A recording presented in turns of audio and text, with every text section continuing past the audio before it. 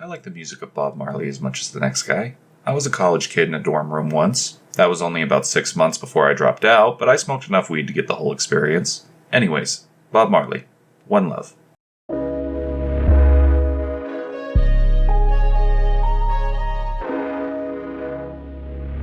We open with Bob Marley as a child before jumping to an adult Marley in 1970s Jamaica, where political conflict has ravaged the small island nation.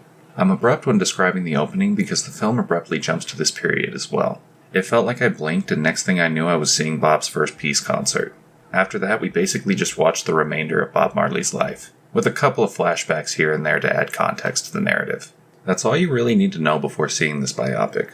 So how was it? Pretty good. Not great, but worth a watch.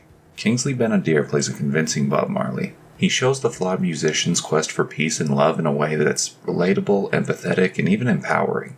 Also, Lashana Lynch plays his wife just as masterfully as Kingsley plays Marley. They share a lot of previously mentioned character traits, so their performance amounts to a complicated relationship that was the highlight of the movie. Do not get it twisted, if these two didn't work, the movie wouldn't have worked. The character interaction is what makes this movie worth your time. What's the catch? While One Love was an interesting broad stroke look at the life of the Rastafarian legend, I couldn't help but feel like I missed a lot of detail and nuance.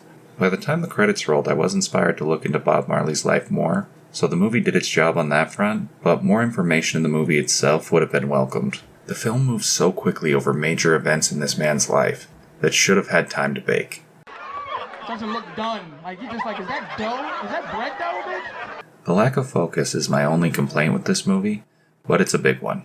Don't worry though, I still think this movie is worth seeing. I'd even give it a theater recommendation.